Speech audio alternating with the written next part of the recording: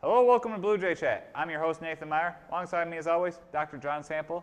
John, we got a new person on Blue Jay Chat here today. We sure do. With us is Associate Principal at Merrill High School, Megan Kautzer. Welcome, Megan. Thank you. Thanks for having me. Welcome to Blue Jay Chat and Merrill Area Public Schools. I'm excited to be here. Yeah. So, John, board meeting was last night. It was not as an eventful one, but hey, we're getting back into the swing of things for school, aren't we? Yeah, a lot of good things going on. It was some standard reporting that we have to do annually, but as always, we start with recognitions, and so we had 2 recognitions, which, by the way, are blowing up our Merrill Facebook page. I think at last check this morning, there were 260 likes already, and Wow. Tammy just posted that last night. And so that went to Kelsey Peterson, Adam Smith, Caitlin Colehouse, Kaylin Byer, and Dawn Smith for their support of the Adapt to Achieve Summer School program. That's a program for students with disabilities. And so what they did was Kelsey designed the program with an interest in helping students with disabilities thrive in the community. So Adam was instrumental in connecting the students with the program, and he helped coordinate activities. They helped a lot of our students through mentorship and through community involvement. And so that's the post that it's up to probably about 260, 280 likes. That's the way we gauge our community involvement and our community support, and so that program obviously has a lot of support. So thank you goes out to not only our students, but our adults, Adam Smith and Dawn Smith.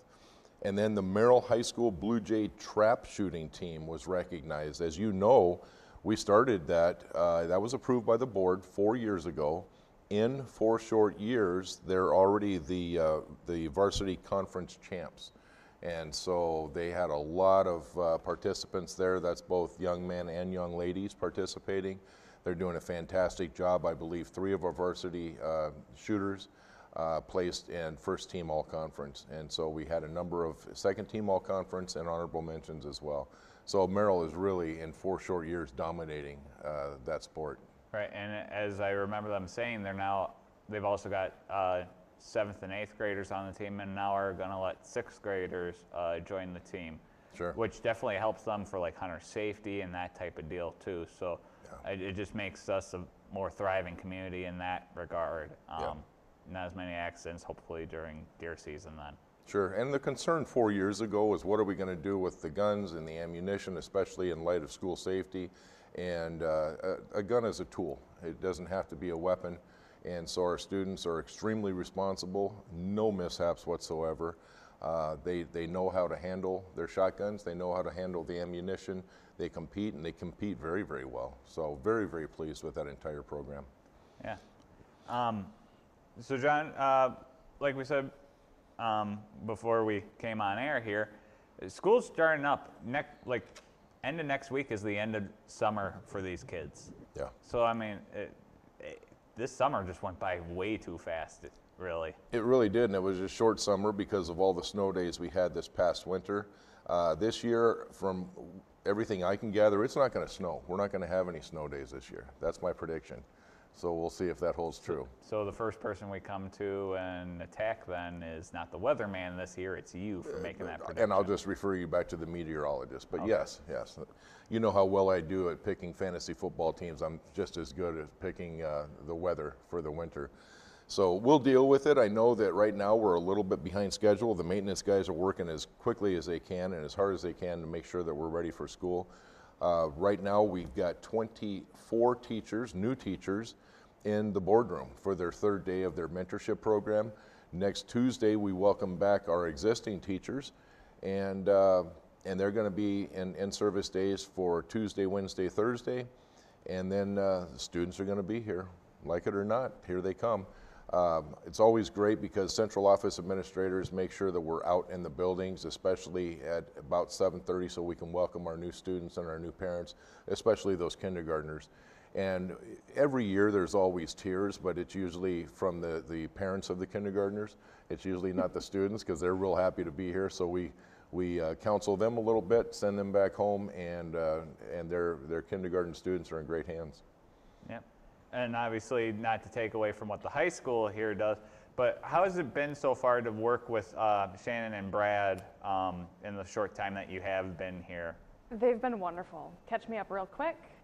We've spent a lot of time going over achievement, what we plan to do for the next year, welcoming new staff. We met with a group of 5 new staff members yesterday to get them up to speed. Everybody here has been so warm and welcoming and have really made me feel a part of this family already, and I'm very excited to see what the school year brings. Okay. Just quick questions so that people can get to know you a little bit here. Like, where did you originally come from? Like, kind of what's your history growing up? Who are you in a sense? Sure. Well, I grew up in Adams County. I graduated from Adams Friendship High School. I went to Ripon College for my undergrad. Spent the last 10 years in the Nakusa School District, first as a social studies teacher and then as associate principal. I live in Wisconsin Rapids with my family, my husband, who's also a teacher, and I have 3 kids. Our oldest is heading into her sophomore year of college at UW Milwaukee. Our son is a senior at Lincoln High School in Wisconsin Rapids, and then we have an 8-year-old headed into 3rd grade, and she keeps us on our toes. How about to say that's a difference in ages, to say the least. And John, having people come in from all over the place and finding Merrill like she has, and what like Eddie Van, who we had on last month, has just been absolutely fantastic. Yeah, it really has been. And you know, I say it a lot, and I mean it when I say relationships matter. Able to welcome Megan, and Todd is also our newest Blue Jay, because he has to be able to support our district as well, because Megan's going to be working some long hours, and it's important for Todd, her husband, to understand that everything that she's doing is for the greater good of the Merrill community, and we're very appreciative to have both of them here. So now we've welcomed 4 new administrators with Amy Stutstream at Kate Goodrich as the principal, Alex Meshik as the associate principal there, and so another one that we're bringing into our team from the BVA, which we often forget about because they're not here face to face, but Jamie Farkas is going to be the assistant director to John Hagemeister. And who am I leaving off? I think that rounds out everybody that's new. Yeah, and obviously we'll have some of our other new associate principals on, associate principal and our new principal at Kate Goodrich on here in the coming months for Blue Jay Chat. Sure, and absolutely. And to round out the rookies to positions, at least, that's Glenda Ojensky moving from the Kate Goodrich principal to the director of curriculum and instruction. And then we welcome Eddie Then. He is our new HR director. Who we've already had on the show and had a great time with here. Yeah. So John, there were a few concerns brought up yesterday at the at a Board of Ed meeting. This is Blue Jay Chat. There were a few concerns at the Board of Ed meeting that were brought up, including with our school resource officer, Mark Heckendorf. Talk a little bit about those and what the school district is kind of working on doing to maybe try to help, and what the city of Merrill has actually done to try to help correct those, so that way our parents understand what's going on. Sure. The good news about Officer Heckendorf's report, his student resource officer support, is that drug use and some of those things that have always surfaced to the top, those issues are down. One thing that's dominating his report, though, and this is a nationwide sensation right now, a nationwide tragedy, if you ask me, is the increase in vaping. And so vaping is new, not a lot is known about it, but the difficulty with vaping is it's not a safe alternative to anything. In fact, it poses its own health risks. I was just reading some articles the other day that we're not only seeing lung problems, and this isn't teenagers, these are not 20, 30, 40-year vapors. These are kids that have been vaping for a year or two, not lung problems, but lung failure. And that's just catastrophic as far as I'm concerned. So we're taking as many things as we can do, as many strategies as we can do to not only be proactive and have students make good choices, we're also going to be reactive, and we're going to be on the lookout. It's very difficult to catch. Vaping is one of those habits of convenience, but we're taking steps in order to make sure that we can prevent that and to keep students from starting. Right, and Megan, with you obviously coming into the school district and kind of finding out about this, I'm sure that's on your and Brad and Shannon's watch too, right? Oh, absolutely. We want our students to make the best choices they can and to be safe. And as John said, it's not a safe alternative to anything. We've seen an increase of student use and students who wouldn't have otherwise become smokers. So an entire generation now of kids becoming dependent upon chemicals that they wouldn't have otherwise used. So we want them to know it's not just about them making poor choices. We're thinking about long-term effects of them as human beings and want them to be the best version of themselves that they can be, not when they're 16 through 18, but when they're 25 and 35 and starting a family and dealing with those health risks later in their life. Right. And John, obviously this has been a problem, like you said, not only here, but across the nation. And I mean, even I have friends that do it, and to me, it's not a safe alternative at all. As a former smoker myself, you know, be 100% honest. To me, I look at that and I go, that's even more disgusting than what I used to do. Yeah. You know. Yep. But absolutely. So we're working with our legislators too. We need some legislative direction. Right now, the court systems, you know, they fall behind a little bit anytime something like vaping comes out. And so I'm hoping that the laws become stricter. They stop, you know, advertising to minors. It was just like Joe Camel, you know, a couple of decades ago now. Yeah. And so we're going to be working real hard on that. But other reports that came out, Karen Baker's really busy with our school mental health services, and that's putting outside counselors in each one of our buildings as we can afford the space. So one of the things that will be new to people this year is our district scorecard now has a fourth pillar that's different. And this came out of the strategic planning from last spring, and that's student and staff wellness. So that ties into vaping, that ties into students being in a safe learning environment, our staff being in a safe teaching environment. And so really focusing hard on the communication that I put out and that building leaders put to their building staffs. And so I think I sent my first video was this morning. We're going to be touching on policies that are designed to keep us safe, keep us all acting and behaving in a very positive manner, because we're working real hard not only on communication, not only on student achievement and student wellness, but the culture and the climate of this district. And so we've got a major event coming up next week on Wednesday the 28th, and that's having Tim Kite here. Worked real hard on it for the past 8 or 9 months to be able to get Tim Kite from Focus 3 here. He helps organizations like the Ohio State football team. I wish he was a Badger fan, but they've contracted with him.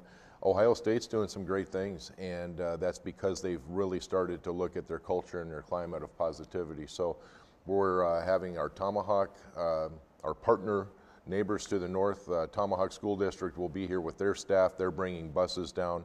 They're splitting the cost of Tim Kite, which we were able to get down to his original cost from a couple of years ago to $10,000. So Tomahawk's paying $5,000, we're paying $5,000. We're going to have representatives from Church Mutual here, community leaders, community clergy.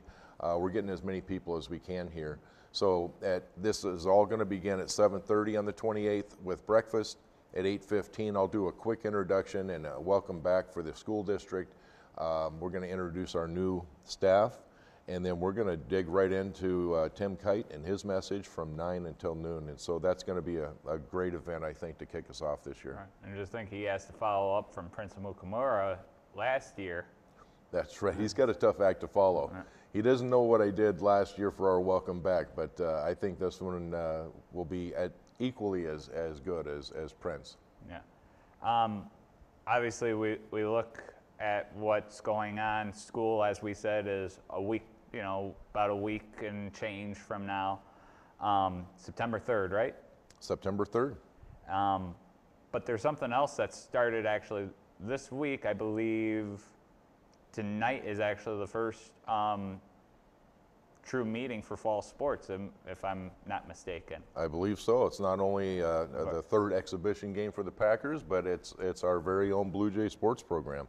And I believe our first game is coming up very shortly. Tomorrow. Varsity, It is tomorrow. Yep, varsity football is tomorrow, but varsity swimming from our conference champions and all those great swimmers are tonight at the outdoor pool, barring rain, obviously.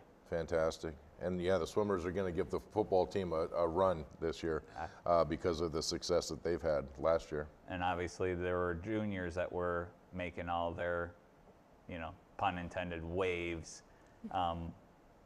Sure. And obviously they're seniors now, and they're just looking even better than ever. It's going to be a great season. I've already warned my wife that don't expect me home in the evenings because anytime we're competing, it's going to be great to be out there and really witness some phenomenal student athletes. Yeah. Megan, can we expect to see you at some of these football games, maybe with your husband and kids? Absolutely. Supporting student athletes at those games and other extracurricular events is my favorite part of my job. So you bet. Any idea when homecoming is, John? I have not heard that one yet. I have not even looked past next week. We've been so busy gearing up for everything, and anytime we have new staff, it's very exciting, and everybody's just scrambling. So we've got some great things in store for this school year. So I haven't even looked at our homecoming game yet. Because we're going to have to call that one again. Yeah, we'll brush up, and we'll. It's going to be a popular event, I think, this fall. Mm-hmm. I think it'll be fun.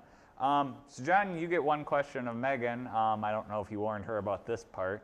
And sure, probably didn't. But Megan, what's your candid response, or I should say, what's Ryan Martinovich's candid response to you being a better hunter than he is?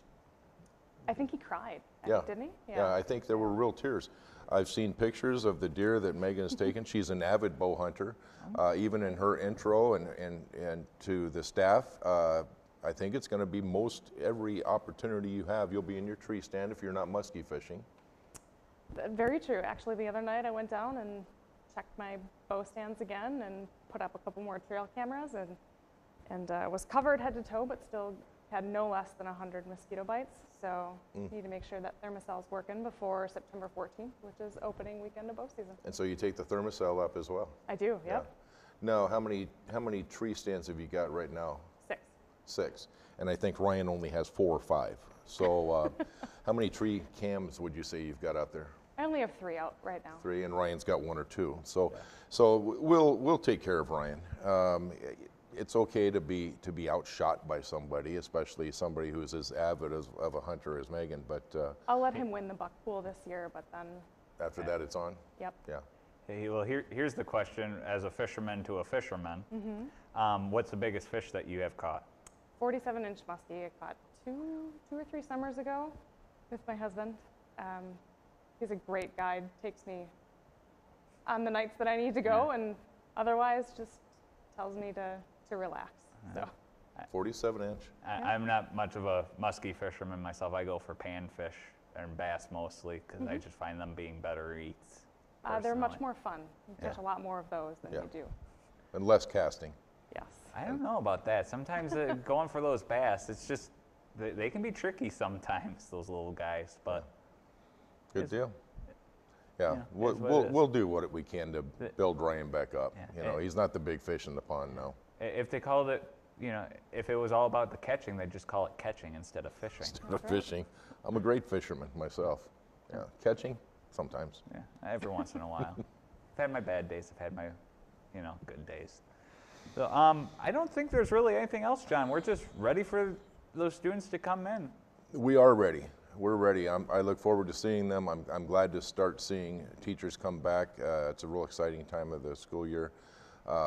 We get lonely in the summer, and so these buildings need to get filled up. I was just counting that this is going to be my 54th first day of school coming up, if you want to take my kindergarten into account. I'll take your kindergarten into account. So 54 first days. That's a long time. You people could do the math on how old he is then. That's right. Kindergarten was the best 7 years of my life. It really was. Uh-oh, now the math's getting harder. That's right. So no, we're really looking forward, very excited more than ever. This is the start of my 4th year as superintendent. My 12th year in the district because I started as director of special ed, but it just keeps getting bigger and better. And so I know our school board has been working very closely with the administrative team. We're real excited to see what results we come up with this year. Yep, and obviously with administrations growing, with Megan's new position, she's not even filling in any shoes. Right. she's leaving her first footprint here. Same with Alex at Kate Goodrich. This is just a good time to be a Blue Jay. Yeah, really is. This is the start of their legacy. So very excited.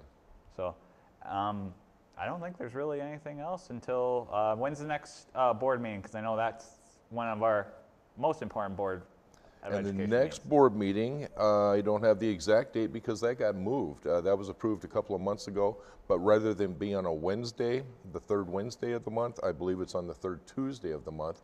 No, Because, I'm talking the regular annual one. oh, with the annual budget Yep. meeting, that's coming up too. Yep. Not sure when that is. It's Monday, September 16th, I believe, September 16th. if I remember correctly. And we're hoping to draw a crowd out for that one.